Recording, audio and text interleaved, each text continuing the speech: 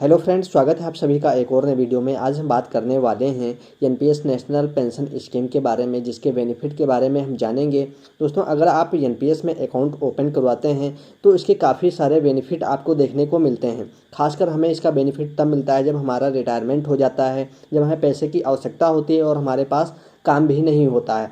तो specially NPS जो scheme है उन लोगों के लिए है जो रिटायरमेंट के बाद भी एक मंथली इनकम चाहते हैं। दोस्तों, आपको बता दें कि अगर आप हर महीने 50,000 रुपये खर्च करते हैं तो रिटायरमेंट के बाद आपको लगभग 20 से लेकर के 25,000 रुपये की ज़रूरत होगी। लेकिन रिटायरमेंट के बाद ये 25,000 रुपये कहाँ से आएंगे, इसके बारे में बहुत सारे लोग सोचते हैं और बहुत सारे लोग निवेश भी करते हैं। आपको बता दें कि जो लोग सरकारी नौकरी में हैं उन्हें तो पेंशन मिल जाएगी, लेकिन प्राइवेट जॉब करने वाले 25,000 रुपये हर महीने रिटायरमेंट के बाद उन्हें मिलने लगे तो बहुत ही बड़ी बात होगी।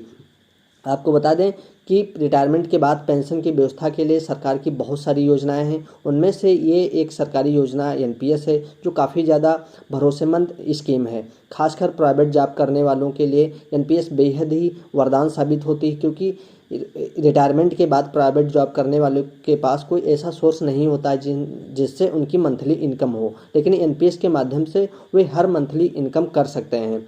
तो आइए देखते हैं कि एनपीएस आखिर क्या है।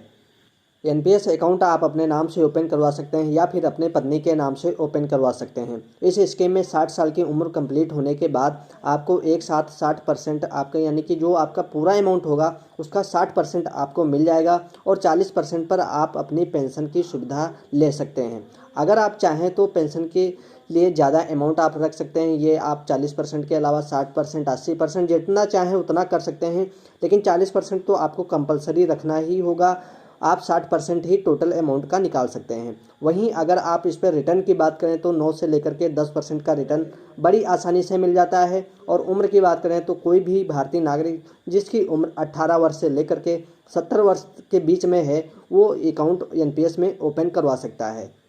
आपको बता दें कि एनपीएस में दो प्रकार के अकाउंट होते हैं, एक होता है टायर 1 और एक होता है टायर 2। टायर 2 की अगर बात करें तो ये एक सेविंग अकाउंट की तरह से काम करता है। और जब आपका टायर 1 कंप्लीट होगा, यानी कि आपको टायर 1 खुलवाना ही पड़ेगा। अगर टायर 1 आपके पास नहीं तो टायर 2 अकाउंट नहीं ओपन करवा सकते हैं। और टायर 2 में इनकम टैक्स का कोई बेनिफिट नहीं मिलता है। तो सबसे ज़्यादा जो इसमें इम्पॉर्टेंट होता है वो टायर 1 वाला ही अकाउंट होता है।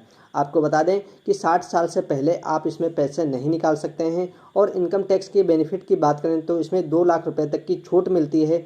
इसके साथ ही जो मैच्योरिटी के टाइम आपको जो एक साथ पैसा मिलता है, जो 60% है, वो उस पर भी टैक्स फ्री रहता है। यानी कि उम्र पूरी होने के बाद आप 60% पैसा ले सकते हैं, वो भी टैक्स फ्री। और अगर आपको ज़्यादा पेंशन लेना चाहते हैं तो आप ज़्यादा पैसा पेंशन के लिए छोड़ सकते हैं।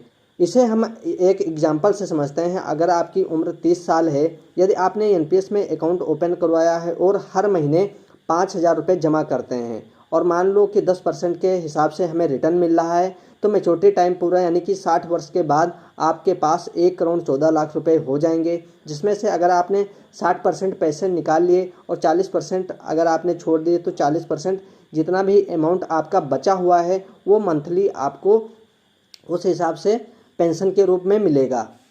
एनपीएस में आप 500, 1000 और 1500 से अकाउंट ओपन करवा सकते हैं। अगर आप प्राइवेट सेक्टर में जॉब कर रहे हैं, अगर रिटायरमेंट के बाद अगर आप सोचते हैं कि हमें मंथली इनकम होती रहे, तो एनपीएस आपके लिए एक सबसे बेहतर ऑप्शन है, क्योंकि ये पूरी तरह से ट्रस्टेड है, सरकारी योजना है। तो आप इसमें निवेश कर करके हर महीने आप पेंशन की तरह से आप इसका लाभ ले सकते हैं। उम्मीद है कि आप इस बात को समझ पाए होंगे। अगर वीडियो पसंद आए तो वीडियो को लाइक करें और चैनल को सब्सक्राइब करें। अगर आपका कोई क्वेश्चन है तो हमें कमेंट बॉक्स में ज़रूर बताएं।